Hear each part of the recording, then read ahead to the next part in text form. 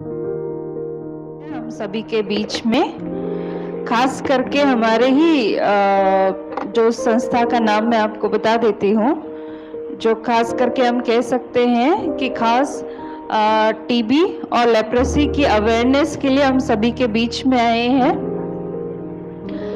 तो उनके जो सीनियर ट्यूबरकुलोसिस लैबोरेटरी सुपरवाइजर जी है जोगिंदर सिंह जी, हमारे दैवी भ्राता, तो वो आज हम सभी के बीच में, खास करके क्योंकि पहले टाइम पे इसको बहुत बड़ी बीमारी पहले जमाने में माना जाता था, पर क्योंकि उस समय इतना ना ज्ञान था उसके बारे में, ना ही उसका कोई इलाज था, दोनों चीजें नहीं थी। इसलिए लोगों के मन में क्या होता था, बहुत ज्यादा डर भी बैठा हुआ था कि अगर कोई सुन लेता था कि ये किसी को हुआ है, सुनते ही क्या कर लेते थे, उससे अपनी दूरी बना लेते थे। पर टीबी में भी बहुत प्रकार का है, और कुछ फैलने वाले होते हैं और कई ना फैलने वाले भी होते हैं। तो इसका खास नॉर्मली कोई ना डिस्कस करता है, ना किसी को पता होता है। तो आज इस बाबा के घर में आप सभी का बहुत बहुत तहे दिल से स्वागत है, जो अपनी निरंतर सेवाएं पूरे समाज के लिए आप देते रहते हैं। तो अब मैं ज्यादा समय नहीं लूंगी, तो मैं ये चाहूंगी कि विशेष तौर पर शब्दों से स्वागत तो है, तहे दिल से स्वागत तो है ही, मैं चाहती हूं कि गुलाब से भी आप सभी जो आज इस परिवार में आए हैं, तो आप सभी का फूलों से भी स्वागत है। बहुत बहुत धन्यवाद।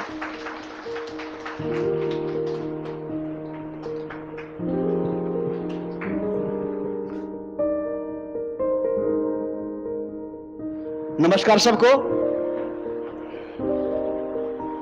हम लोग, ये डेमन फाउंडेशन इंडिया ट्रस्ट है, इंटरनेशनल एनजीओ है, जो जीवन पार्क में पिछले 20 साल से डोट्स के मरीजों को ठीक कर रहे हैं। तो आज 24 मार्च है, इस उपलक्ष्य में हम यहाँ पे आए हैं। 24 मार्च 1882 को सबसे पहले टीबी कीड़ा देखा गया था। टीबी कीड़ा कब देखा गया था? सबसे पहले 24 मार्च 1882 को। तो उसी के उपलक्ष्य में हम 1 महीने तक वर्ल्ड टीबी डे मनाते हैं। 24 फरवरी से लेकर 24 मार्च तक के वर्ल्ड टीबी डे मनाते हैं। उसी उपलक्ष्य में आज हमें यहाँ थोड़ा सेवा देने का मौका मिला है। तो उसी में मैं आपको ये बताना चाह रहा हूँ, पहले लोग समझते थे कि टीबी बहुत बड़ी बीमारी है, टीबी जिसको हो जाती थी उसको अलग रख देते थे, अलग खेत के अंदर या कहीं अलग कमरे के अंदर ऐसे करते थे। लेकिन आज की तारीख में टीबी इतनी बड़ी बीमारी नहीं है।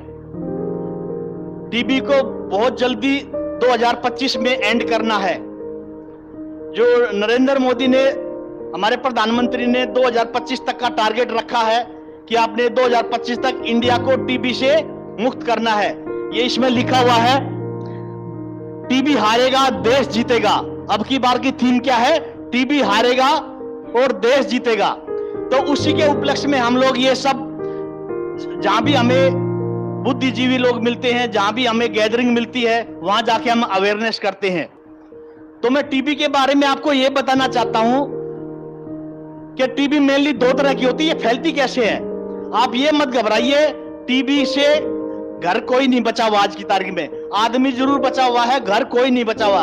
हर घर के अंदर टीबी का मरीज है। तो आप कैसे पहचानोगे उसको कि आपके घर के अगल बगल में, पड़ोस में अगर कोई टीबी का मरीज है, तो उसको आप कैसे पहचानोगे? पहचान करोगे तभी तो उसको ठीक करवाओगे, ठीक है ना? तो सबसे पहले टीबी के 5 लक्षण होते हैं। 5 लक्षण कौन से होते हैं? जिस दिमाग में आता है कि टीबी हो गई खांसी, यही दिमाग में आता है। तो टीबी का मेन लक्षण क्या होता है? पहला लक्षण है जिसको लगातार खांसी आए, उसको टीबी हो सकती है। टीबी है नहीं, टीबी हो सकती है।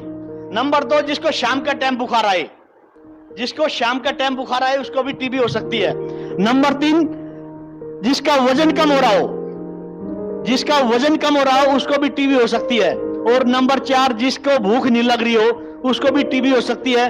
और नंबर 5 है, जिसको कभी बलगम में खून आए उसको क्या हो सकती है? टीबी हो सकती है। तो ये 5 लक्षण आपने देखने हैं। इस तरह का कोई भी मरीज आपको नजर आता है आपके अगल बगल में, पड़ोस में, कहीं भी, तो उसको कहां भेजना है? सरकारी डिस्पेंसरी में। किसी भी सरकारी डिस्पेंसरी भेज दीजिए, क्योंकि हर जगह से लिंकअप है, हमारा गवर्नमेंट का लिंकअप है। हर सरकारी डिस्पेंसरी में इसका इलाज अवेलेबल हो जाएगा। 5 लक्षण इस तरह आपको नजर आता है कोई भी आदमी, तो उसको आपने सरकारी डिस्पेंसरी में भेजना है। इसका इलाज क्या है? डॉट्स के माध्यम से इलाज है। डॉट्स क्या है? Direct observe short course chemotherapy.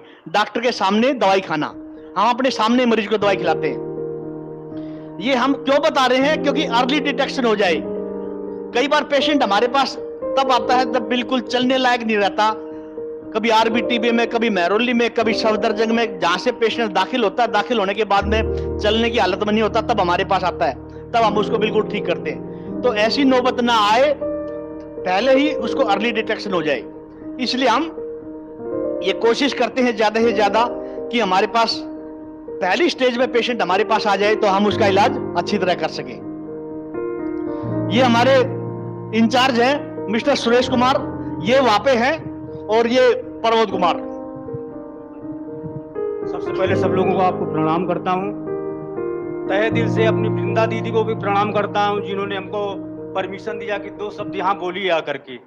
तो हमारे सर ने जैसा बताया उसके हिसाब से अगर आपके आस पड़ोस में किसी को खांसी आती है, 2 हफ्ते हो गए, तो उसको तुरंत डॉट सेंटर में भेजना है जांच के लिए। तो हम हमारे सेंटर में अगर आएगा तो हम उसका बलगम जांच करेंगे। बलगम जांच से ये पता लग जाता है इसको टीबी की शिकायत है या नहीं है। तो दोस्तों आपसे विनम्र निवेदन है कि आपके आस पड़ोस में अगर कोई इस तरह का मरीज लगता है तो आप तुरंत जो है डॉट सेंटर ही भेजिए, क्योंकि प्राइवेट चला जाता है मरीज तो फिर वहाँ से उसको पैसे भी खर्च हो जाते हैं, इलाज भी सही नहीं मिल पाता है, और ये सरकार की तरफ से फ्री ऑफ कास्ट है।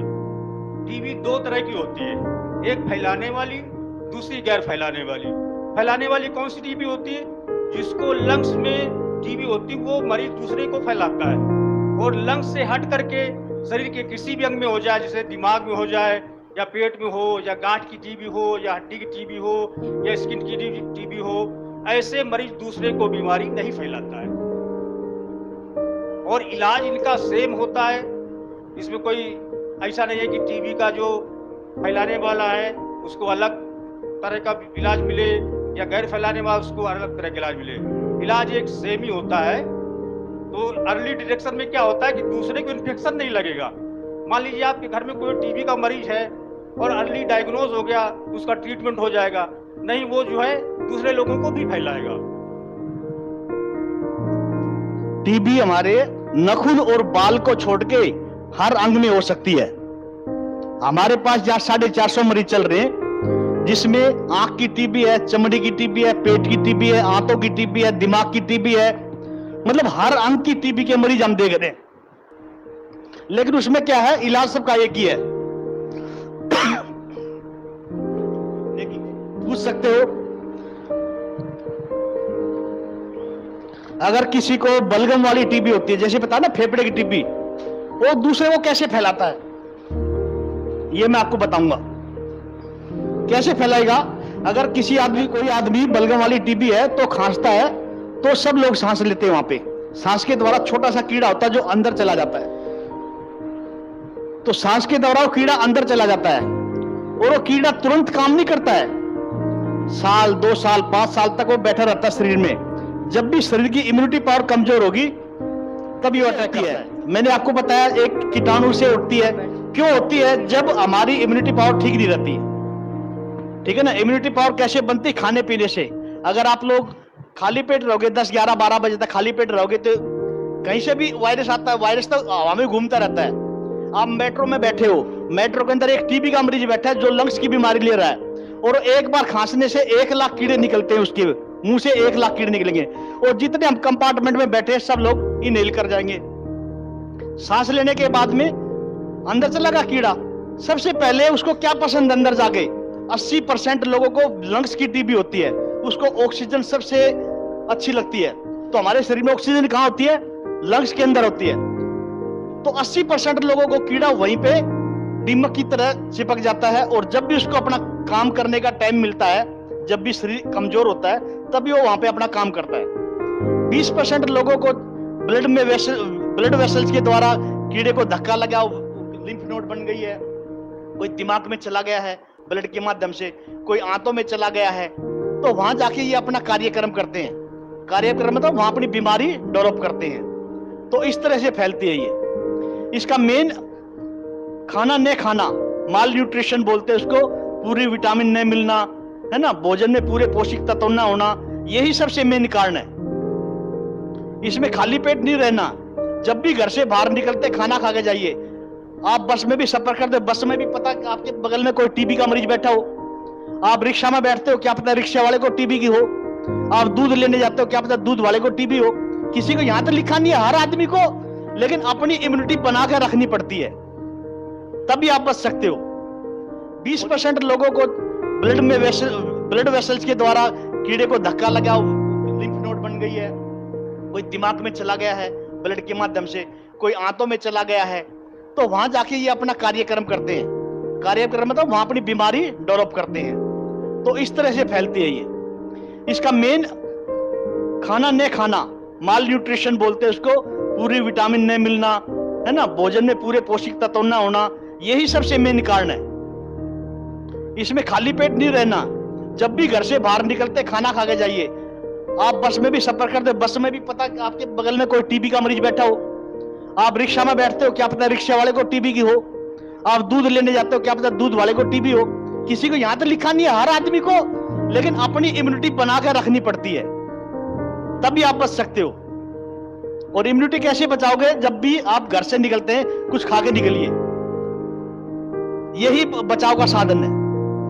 एक दिन के अंदर 1000 आदमी मरता है टीबी से, हर 3 मिनट में 2 आदमी मरते हैं। मैं 97 से टीबी के मरीज ठीक कर रहा हूं, 97 से।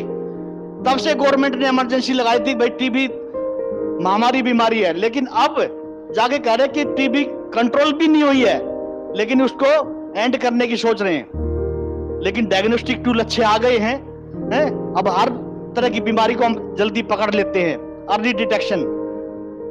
तो हमारी कोशिश है 2025 तक अगर एंड ना होता, कंट्रोल तक कम से कम हो जाए इंडिया के अंदर। इंडिया नंबर 1 पे है टीबी के मामले में। जब भी आदमी को कोई बीमारी होती है, इम्यूनिटी पर कमजोर होती है, सबसे पहले टीबी हो गई, उसके बाद में दूसरी बीमारियां हैं। और बताइए, कोई पूछना हो?